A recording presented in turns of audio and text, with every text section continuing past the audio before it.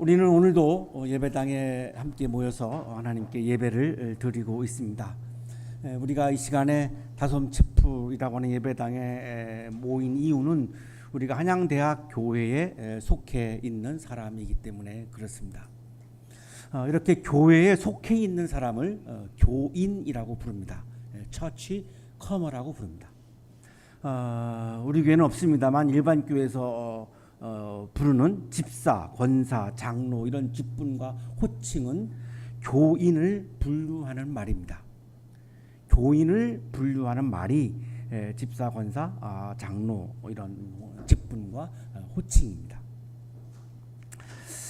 우리는 오늘 또 예수님을 주님으로 고백을 하면서 예배를 드리고 있고, 예수님을 주님으로 고백하면서 내가 예수님이 나의 주인입니다 이렇게 고백하면서 내가 예수님을 따르는 삶을 결단했기 때문에 지금 이 예배 자리에 나와 있습니다.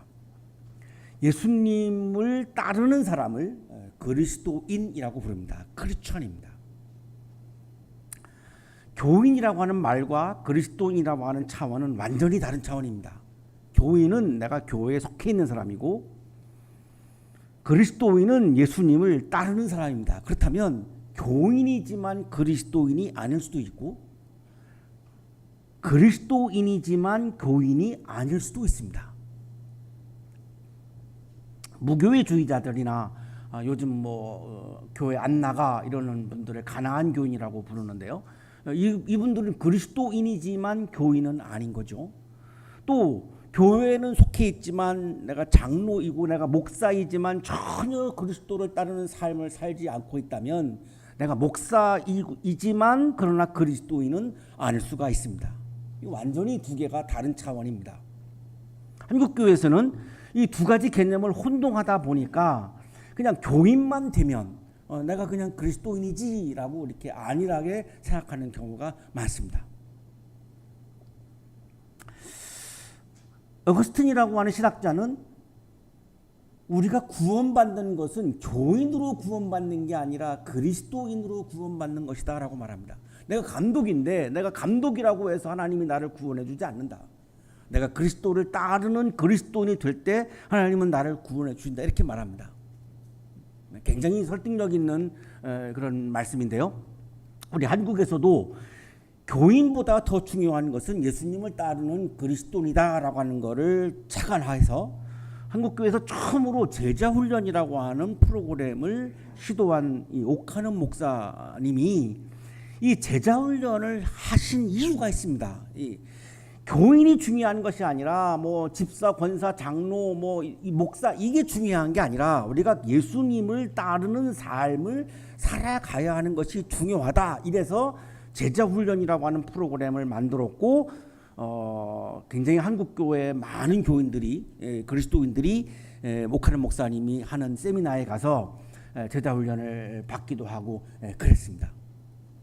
그만큼 이런 분들은 교인이 중요한 게 아니라 그리스도인이 중요하다, 예수님을 따르는 것이 중요하다를 굉장히 강조한 그런 분들이라고 할 수 있습니다. 자, 예수님 당시에도 예수님을 따르는 사람들도 있었고 예수님을 배척하는 사람들도 있었습니다. 예수님을 배척하는 사람들은 심지어 낭떠러지에 가서 예수님을 밀어가지고 이렇게 살해하려고까지 했습니다. 호시탐탐 죽이려고 하는 기회를 굉장히 엿보았던 사람들이 있었습니다. 또한 예수님을 따르는 사람들도 있었는데 이 예수님을 따르는 사람을 제자라고 불렀습니다. 우리가 잘 알고 있는 12제자가 있습니다. 우리는 12제자만 생각할 수 있는데 좀 이걸 개념을 좀 넓히셔야 할 것 같습니다. 12제자도 있지만 70인 제자도 나옵니다. 게다가 70인 제자라도 더 넘어서서 지역에 거주하면서 예수님과 함께 따라다니는 게 아니라 함께 생활하는 게 아니라 각자 자기가 태어난 지역에 거주하면서 예수님을 따르는 추종자들이 있었습니다. 이들도 제자라고 불렀습니다. 그러니까 예수님의 제자는 굉장히 다수였던 거죠. 예수님과 함께 생활하고 예수님과 함께 이동하면서 하나님의 나라를 전했던 제자들이 있었고, 내가 태어난 고향에서 그 지역에 거주하면서 예수님을 수용해서 예수님이 하시는 말씀을 내가 실천에 옮기려고 최선을 다하는 그런 예수님의 추종자들로서의 제자들이 존재했습니다. 독일의 하리델베르크 대학에서 신약 성서를 가르치는 세계적인 성서 주석가인데요, 이 타이센이라고 하는 분이 이 부분을 우리들에게 명쾌하게 설명을 해 주는데, 예수님과 함께 생활하고 예수님과 함께 이동하면서 하나님의 나라를 전했던 이 예수님과 그 12 제자들을 가리켜서 방랑하는 카리스마적 지도자들, 이렇게 부릅니다. 방랑하는 카리스마적 지도자들. 이게 아무나 할 수 있는 게 아니죠. 왜냐하면 이 방랑하는 카리스마적 지도자들은 4가지를 포기했습니다. 집을 포기했고, 가정을 포기했고, 소유를 포기했고, 직업을 포기했습니다. 우리로서는 할 수가 없습니다. 이 12 제자들은 이 4가지를 다 포기한 사람들입니다. 그리고 예수님을 따라 나선 거죠. 우리가 잘 알고 있습니다만 베드로라고 하는 사람도 그물을 버리고 어부라고 하는 직업을 버렸죠. 집을 떠났고, 가정을 떠났고, 가지고 있던 뭐 배, 그물 다 버리고, 어부라고 하는 직업도 버리고, 그리고 예수님을 따른 거죠. 이게 카리스마적 지도자들입니다. 방랑하는, 돌아다니니까 계속 집이 없으니까요. 방랑하는 카리스마적 지도자들입니다. 자, 그런데 예수님의 제자들이 이들만 있었던 게 아닙니다. 지역에 거주하면서, 내가 태어난 고향에 거주하면서, 내가 가족들이 있는 집에 거주하면서 예수님을 따르는 제자들이 존재했습니다. 이들을 지역 공동체 동조자, 이렇게 불렀습니다. 지역 공동체 동조자. 우리 같은 경우는 지금 지역 공동체 동조자로서의 제자라고 말할 수 있는 거죠. 자, 그런데 중요한 것은 어쨌든 카리스마적 지도자들이든 지역 공동체 동조자들이든 예수님을 따른다라고 하는 게 중요한 거죠. 예수님의 제자가 되려면 예수님을 따라야 내가 제자가 될 수 있는 거죠. 오늘의 성서일과 본문에는 예수님과 함께 생활하고 이동하면서 하나님의 나라를 전했던 12 제자가 등장합니다. 동시에 지역에 거주하면서 예수님을 수정하는 다수의 제자들, 지역 공동체 동조자라고 타이센이 불렀던 이 다수의 제자들도 오늘 등장합니다. 이 2 종류의 제자가 다 등장하는데요, 이 제자들이 어떤 태도를 보이느냐가 오늘 말씀의 관건입니다. 다 제자인데, 예수님의 제자인 건 틀림이 없습니다. 우리도 다 예수님의 제자입니다. 자, 그런데 우리가 예수님 말씀 앞에서 어떤 태도를 견지하느냐, 지금 이게 중요한 거죠. 이게 굉장히 중요한 포인트입니다. 오늘 성서일과 본문은 이렇게 시작합니다. 예수의 제자들 가운데서 여럿이 이 말씀을 듣고 말하기를, 이 말씀이 이렇게 어려우니 누가 알아들을 수 있겠는가 하였다. 자, 여기 나오는 제자들은 조금 전에 우리가 나누었던 다수의 제자들입니다. 12 제자가 아닙니다. 다수의 제자들입니다. 이 다수의 제자들에게 예수님이 말씀을 하셨습니다. 이 말씀을, 예수님의 말씀을 제자들이 들었습니다. 다수의 제자들이 들은 거죠. 자, 그러면 이제 이 말씀이 또 이게 관건입니다. 이 말씀이 어떤 말씀을 가리키는 거냐? 35절에서 50절에 나오는 말씀입니다. 51절에서 60절에 나오는 말씀이 아니고 35절에서 50절에 나오는 말씀인데, 이 말씀의 핵심은 예수님께서는 하늘로부터 오셨다라고 하는 겁니다. 예수님은 하나님으로부터 오셨다는 겁니다. 다시 말하면 하나님의 아들이다, 메시아다, 예수님의 신성을 말하는 거죠. 이것이 논란이 된 거죠. 많은 유대인들, 바리새인들은 이거를 끝까지 거부한 겁니다. 그래서 유대인들은 지금도 메시아를 기다립니다. 예수는 메시아가 아니라는 거죠. 예수는 그리스도가 아니라고 하는 거죠. 자, 이 말씀은, 여기 나오는 이 말씀은, 이 어려웠다라고 하는 이 말씀은 예수님께서 하늘로부터 오셨다, 하나님으로부터 오셨다, 하나님의 아들이다, 메시아다, 그리스도다라고 하는 이 말씀입니다. 이 말씀이 제자들이 들으면서 어려웠다는 거죠. 이 어려웠다라고 하는 말은 이해하기 어려웠다는 말이 아닙니다. 알아듣기가 어려웠다라고 하는 말이 아니고 받아들이기 어려웠다라고 하는 말입니다. 도저히 이 예수님이 하늘로부터 왔다라고 하는 말을 받아들이기 어려웠습니다. 왜냐하면 이 사람들은 예수님의 육체적인 차원을 다 알고 있습니다. 요셉과 마리아의 아들인 것을 다 알고 있습니다. 성령 잉태까지는 모르지만 어쨌든 요셉과 마리아의 가정에서 태어난 이 육체적인 핏줄의 근거를 다 알고 있기 때문에 예수님이 나는 하늘로부터 왔어, 나 하나님의 아들이야, 나는 메시아야, 나는 그리스도야라고 말하는 순간 왜 당신 요셉의 아들이잖아, 당신 마리아의 아들이잖아, 당신 사람의 아들이잖아, 무슨 어떻게 하나님의 아들이라고 그런 말을 해, 하나님을 왜 모독해, 이렇게 나오는 겁니다. 그래서 여기 어려웠다, 이 말씀이 이렇게 어려우니 받아들이기 어려우니 이런 말입니다. 스클레로스, 받아들이기 어려우니, 내가 인정하기 어려우니 이런 말입니다. 도저히 그 말씀을 내가 인정하기 어렵다, 받아들이기 어렵다 이런 말입니다. 이해하기 어려웠다는 말이 아닙니다. 오늘날 우리도 예수님의 말씀을 이렇게 받다 보면 예수님의 말씀이 어렵다고 느껴질 때가 있죠. 오늘 본문도 굉장히 어려운 본문 중에 하나인데요. 자, 이 어렵다라고 느낄 때 곰곰이 생각해 보면 여러분들이 다 머리가 뛰어나신 분들이기 때문에 이 독해가 안 된 게 아닙니다. 독해가 안 될 때도 물론 있지만 대부분은 독해가 안 되는 게 아니라 이 내용을 내가 받아들이기 어려운 겁니다. 왜냐하면 이거를 받아들이는 순간 내 욕망을 다 내려놔야 됩니다. 우리 욕망의 차원에서는 내가 겉옷, 속옷 다 갖고 있어도 다른 사람의 겉옷까지 다 내가 챙겨야 되죠. 이게 욕망이죠. 근데 예수님은 겉옷을 달라고 그러면 속옷까지 내주라고 말씀합니다. 이거 어떻게 받아들입니까? 욕망의 차원에서는 받아들일 수 없죠. 원수를 사랑하라고 말씀합니다. 우리 마음으로는 원수는 통쾌하게 복수해야 되죠.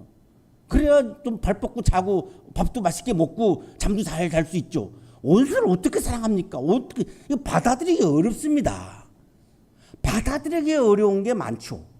이해하기 어려운 거는 많지 않아요. 받아들이기가 어려운 겁니다. 자, 여기 지금 다수의 제자들도 예수님이 내가 하늘로부터 온 메시아다라고 말씀하니까 받아들이기 어려웠다는 겁니다. 이게 알아듣기 어려웠다라고 하는 번역이 받아들이기 어려웠다라고 하는 말씀을 지금 이렇게 번역을 한 거고, 하늘로부터 왔다라고 하는 메시아라고 하는 거를 지금 거부했다라고 하는 말입니다. 누가? 제자들입니다. 다수의 제자들이.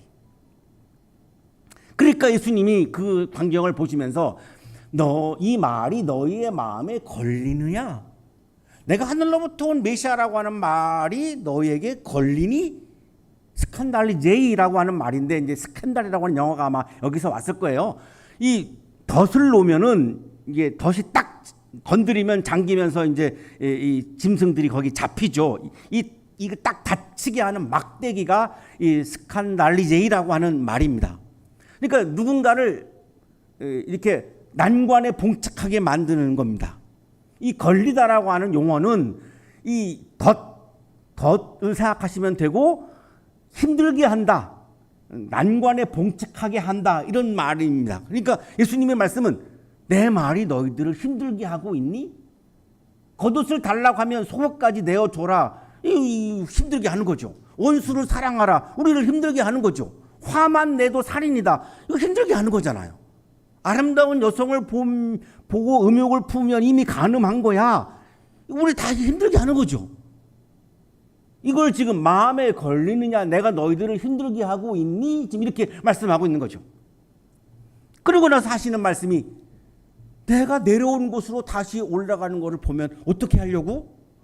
나는 하늘로부터 내려왔고 나는 다시 하늘로 올라갈 건데, 나는 하나님으로부터 왔고 나는 하나님께로 다시 돌아갈 건데, 이거를 보는 순간 너희들 어떻게 하려고 그래?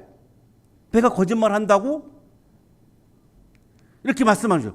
이게 가장 어려운 게 63절인데요. 생명을 주는 것은 영이다. 육은 아무데도 소용이 없다. 내가 너희에게 한 이 말은 영이요 생명이다. 자, 이 말씀은 육체의 차원에서는, 욕망의 차원에서는 예수님의 말씀이 소용이 없다, 이런 말씀입니다. 우리 인간의 욕망의 차원에서 보면 예수님의 말씀은 아무런 도움이 되지 않습니다. 욕망은 내가 더 많은 것을 가져야 되는데 자꾸 내 것을 내어주라고 예수님은 말씀하는데, 마음이 가난해야 복이 있다라고 말씀하는데, 사랑을 실천하라고 말씀하시는데, 내 것을 나누라고 말씀하는데, 자, 욕망의 차원에서 보면은 내 욕망을 이루는 데에는 예수님의 말씀은 아무런 소용이 없어요. 도움이 안 돼요. 오히려 방해가 되죠. 걸림돌이 되죠. 이게 스칸달리제입니다.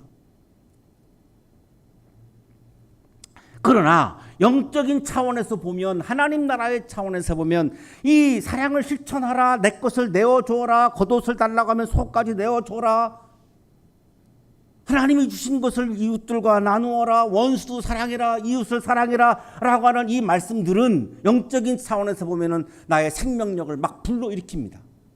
내가 그렇게 살려고 노력하고 있는데 내가 사회적으로 뒤처지는 거 아니야? 나는 이거 실패하는 인생을 사는 거 아니야? 라고 불안하게 하고 있는데 예수님이 아니, 거기에 진짜 행복이 있어, 거기 진짜 복이 있고, 거기에 진짜 생명이 있고, 거기에 진짜 기쁨이 있어 라고 말씀해 주시니까 하나님 나라 차원, 영적인 차원에서는 예수님의 말씀이 나의 생명력을 막 불러일으킨다라고 하는 겁니다. 63절의 말씀은 지금 그런 뜻입니다. 육체의 차원에서는, 욕망의 차원에서는 예수님의 말씀이 전혀 도움이 되지 않는다, 소용이 없다라는 거죠. 육은 아무 데도 소용이 없다. 육체의 차원에서는 주님의 말씀은 소용이 없다. 거기에 도움이 되는 말씀이 아니다. 하지만 하나님과 깊이 만나는 그 자체를 내가 기뻐하고 그것을 나가 복으로 여기는 영적인 차원에서는, 영성의 차원에서는 예수님의 말씀은 나에게 엄청난 힘을 주고 나에게 엄청난 생명을 주시고 기쁨을 주신다. 교회 성장을 강조하시는 분들은 육체의 차원을 강조하죠. 사람의 숫자가 많아야 되고 예산도 많아야 되고, 이 다 육체의 차원이죠. 이거 영적인 차원이 아니라 육체의 차원이죠. 그래서 예수님의 말씀은 그런 말씀이 아니기 때문에 그거를 다시 재해석하시죠. 하지만 영성을 강조하시는 분들은 그런 숫자를 얘기하지 않습니다. 예수님을 어떻게 하면 우리가 깊이 만날 것인가? 예수님과 내가 일치할 것인가? 내가 예수님과 하나가 될 것인가? 예수님의 말씀을 내가 어떻게 살아낼 것인가? 여기에 주목하죠. 이거 확연하게 갈리는 거죠. 이게 63절이 지금 그런 내용입니다. 자, 너희 가운데는 믿지 않는 사람들이 있다. 제자들인데, 너희가 제자인데, 제자이지만 나를 믿지 않는 사람들이 있다. 나의 말을 믿지 않는 사람들이 있다. 사랑하고 정의를 행하고 이웃을 사랑하고 원수까지도 사랑하고 이런 말씀을 받아들이지 않는 사람들은 나를 믿지 않는 거다. 나를 믿는다면 그 말씀을 어떻게 안 받아들일 수 있는가? 그걸 안 받아들인다는 말은 나를 믿지 않는 거다. 예수를 믿지 않는 제자이다 이거죠. 예수를 믿지 않는 제자도 존재한다는 거죠. 결국 그들은 제자였지만 예수님을 떠납니다.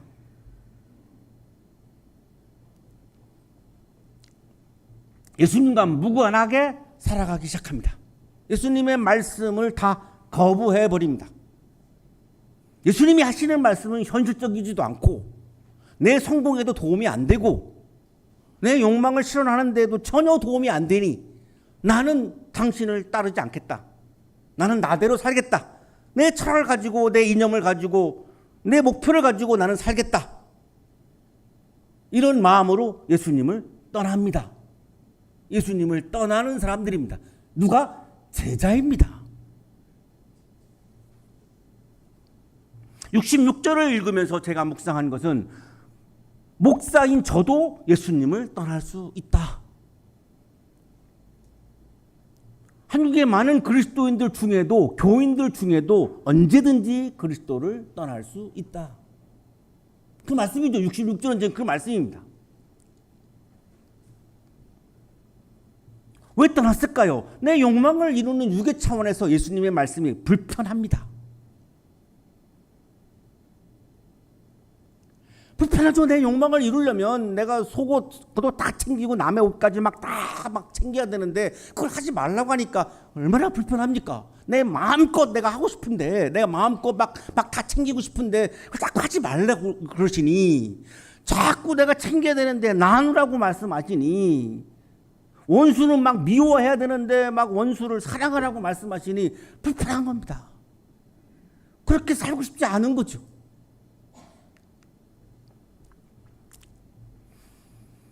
신약주석가 크리스텐 베르거가 예수님을 떠난 사람들에 대해서 이렇게 설명을 해 주는데요.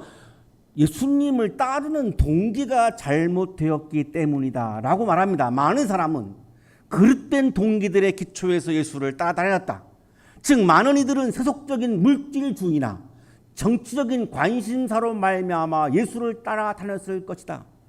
내가 예수 믿으면 부자가 된다라고 하는 이런 물질주의, 예수님은 왕이 되어가지고 우리를 로마로부터 구원해 줄 거다라고 하는 이런 정치적인 관심사, 정치적 메시아, 이런 걸 이런 동기를 가지고 예수님을 따라다니는 사람들이 수두룩했다라고 하는 거죠. 제자들 중에도 엄청나게 많았다는 거죠. 아니면 그리스도를 따르기 위해 자신들의 삶을 통제해야 한다는 것이 있었을 것이다. 예수님을 따르려면 내 욕망을 절제해야 되는데 그러고 싶지 않았을 것이다. 신약 주석가 카스는 왜 사람들이 떠났을까? 예수님은 사람들의 입맛에 맞는 말씀들로 사람들을 구슬리려고 하지 않았다. 타협하지 않았다. 그들의 니드를 충족시켜주고 그들의 욕구를 충족시켜주고 그들의 욕망을 부추겨준다고 한다면 어마어마하게 많은 사람들이 예수님을 따랐을 터인데 왜 떠났을까? 많은 사람들이 떠나고 결국 남은 거는 12명입니다. 왜 예수님이 그렇게 하셨을까? 그 욕망을 채워주는, 욕망에 맞춰주는 그런 구슬리는 말씀을 하지 아니하고 오로지 하나님 나라의 원칙에 맞는 말씀을 전하셨다. 왜? 거기에 진정한 생명과 행복과 기쁨이 있기 때문에.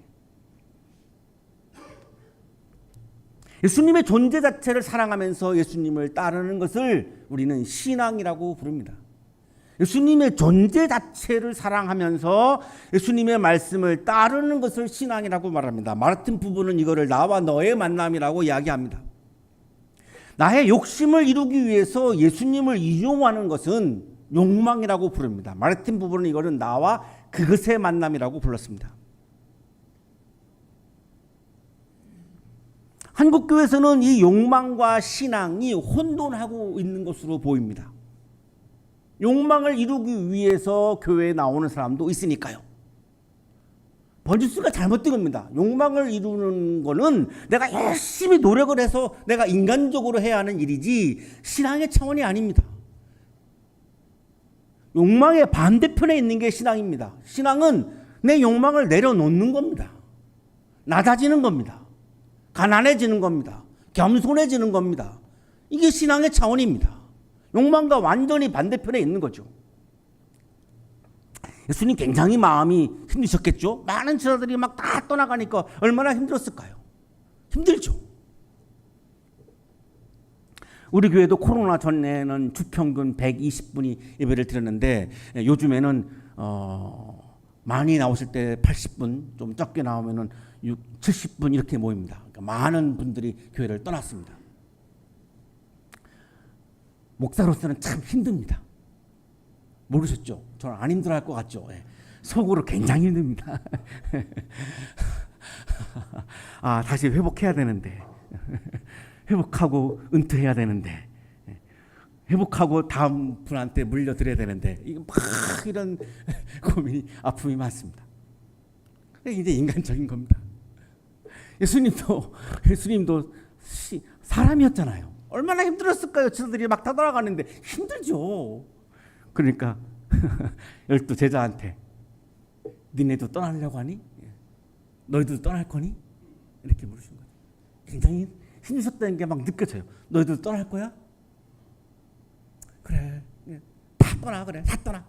관도. 하나님은 나르고 뭐고 나 버리고 다 관도. 다 떠나. 막 이렇게 막 하고 싶었을 거예요. 예수님 마음은. 예. 그래도 예수님이니까 그렇게 안 하셨겠죠. 몰라요. 그렇게 했는데 성서 기자가 기록 안 했을 수도 있고.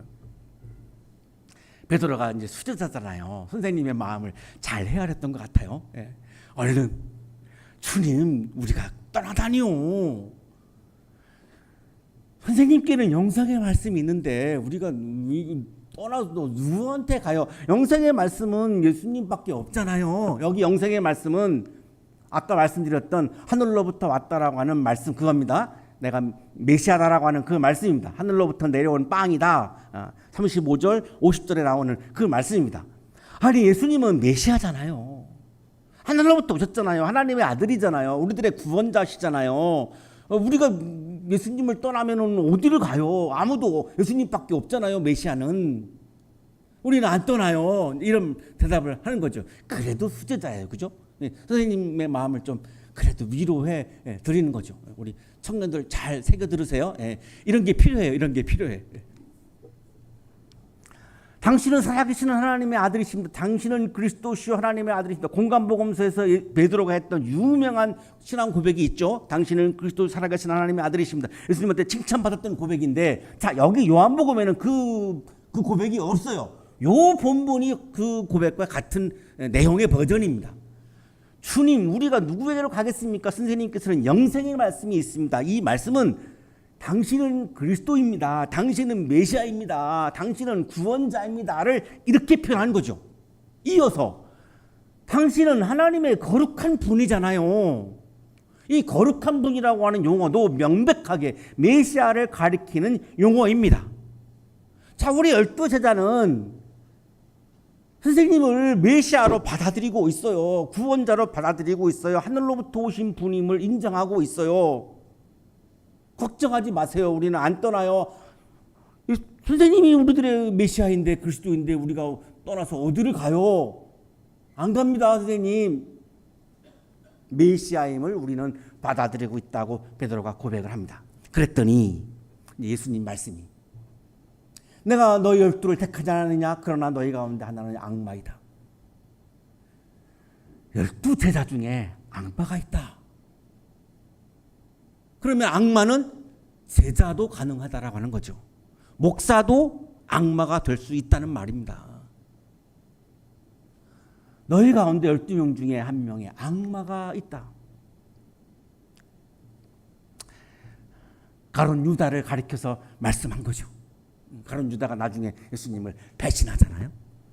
여기 악마라고 하는 말은 그리스어 디아블로스를 옮긴 말인데 영어로는 데블, 히브리어로는 사탄입니다. 사탄, 우리가 악마 이런 말을 많이 듣죠. 개역 성경에서는 이 악마를 마귀 이렇게 번역을 했습니다. 그러니까 다 같은 말입니다. 마귀, 악마, 데블, 사탄. 이 디아블로스라고 하는 말은 대적자라고 하는 뜻입니다. 대적을 해가지고 갈라치기 한다는 겁니다.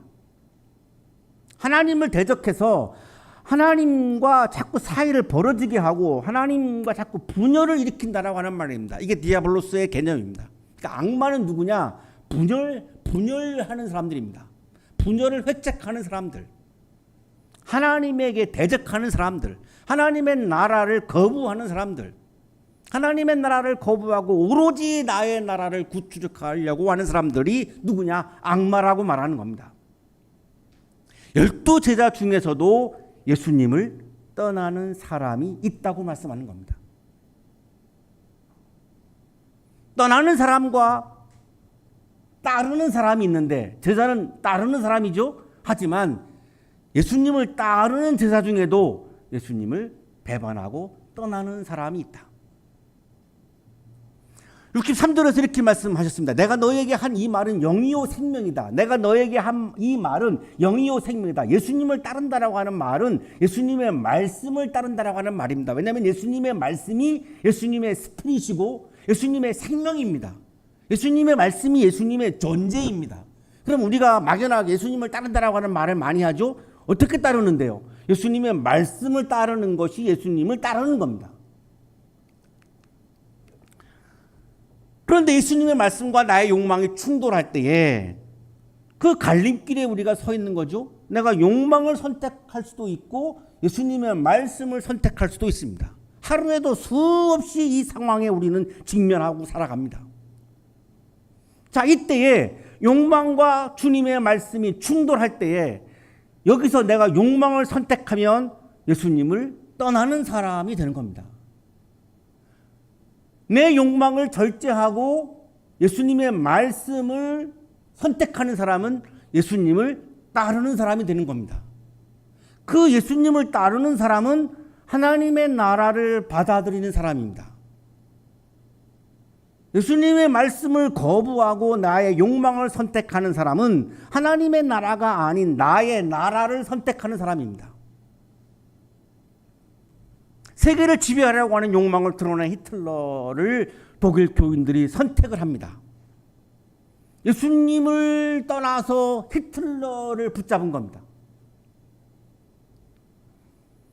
그거를 보고 있던 신학자 보네퍼가 진정한 그리스도인은 예수님을 따르는 예수님의 제자가 되어야 한다라고 하는 것을 강조합니다. 진정한 그리스도인은 예수님을 따르는 예수님의 제자이지 히틀러를 따르는 독일 국민이 아니다.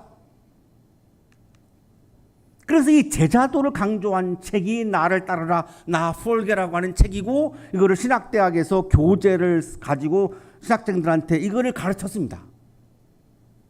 예수님을 따르지 않는 신앙은 존재하지 않는다고 말합니다. 믿음은 오직 순종 안에서만 존재하며 결코 순종이 없이 존재하지 않는다. 믿음은 오직 순종의 행위 안에서만 믿음이다.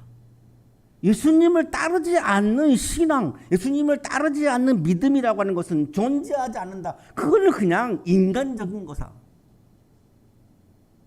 그거를 선택할 거냐, 신앙을 선택할 거냐라고 하는 것은 개인의 자유입니다. 이걸 강요할 수는 없죠. 하지만 분명하게는 해야죠. 욕망을 선택하는 것은 신앙이 아니라고 하는 것은 분명히 아셔야 합니다. 그거는 예수를 선택하는 것이 아닌 것은 분명합니다. 욕망을 선택하는 것을 예수님을 선택하는 거라고 주장만은 하지 말아요. 제발 교회 성장을 추구하시는 분들 욕망을 추구하는 거를 자유예요. 그거를 뭐라고 하지 않아요. 그건 본인의 자유예요. 그걸 누가 뭐라고 하겠습니까? 그렇게 하세요. 하지만 욕망을 추구하는 것을 예수님을 따르는 거라고는 주장은 하지 마세요. 제발. 그렇게 하니까 욕망과 신앙이 혼돈하고 있는 거예요. 한국교회에서는. 그러다 보니까 기독교가 무너집니다. 예수님을 따르지 않는 신앙이란 존재하지 않습니다. 예수님의 말씀을 내버리고 내 욕망을 따르면서 이게 신앙이다라고 말하면 어떻게 합니까? 사랑하는 한양 가족 여러분, 우리는 신앙인으로서 예수님의 말씀을 따를 것인가, 나의 욕망을 위해서 예수님의 말씀을 그냥 거부하든가, 혹은 머리로 아는 것으로 그칠 것인가 라고 하는 선택 앞에 우리는 놓여 있습니다. 많은 그리스도인들은 예수님의 말씀을 거부하는 데까지는 가지 않을 겁니다. 많은 그리스도인들은 그냥 아는 것으로 그치는 경우가 많을 겁니다. 예수님의 말씀을 따를 것인지, 이건 실천입니다. 예수님의 말씀을 아는 것은 이해하고 인식하는 겁니다. 인식하는 것은, 이해하는 것은 따르는 것은 아닙니다. 예수님의 말씀을 따를 것인가, 실천할 것인가, 그냥 아는 것으로 그칠 것인가 라고 하는 선택 앞에 우리는 오늘도 놓여 있습니다. 예수님을 그리스도로 고백하고, 예수님을 나의 주인으로 고백하고, 예수님께서 말씀하시는 하나님의 나라를 받아들이고 하나님의 나라를 위한 선택과 실천을 통해서 주님을 따르는 진정한 제자가 되셔서 주님을 따르는 제자들만이 경험할 수 있는 하나님 나라의 기쁨, 하나님 나라의 복, 하나님 나라의 승리, 영적인 기쁨을 맛보시는 여러분이 되시기를 간절히 축원합니다.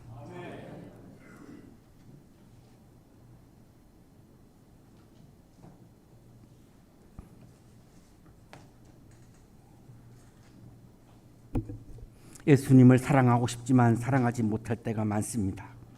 예수님의 말씀을 따르고 싶지만 우리가 연약하여 따르지 못할 때가 많습니다. 우리를 긍휼히 여겨주시고 우리에게 믿음에 믿음을 더하여 주셔서 부족하지만 최선을 다하여 주시는 말씀을 하나하나 소중히 여기며 우리들의 삶 속에서 실천하여 예수님을 따르는 진정한 제자로 살게 하여 주옵소서. 예수 그리스도의 이름으로 기도하옵나이다.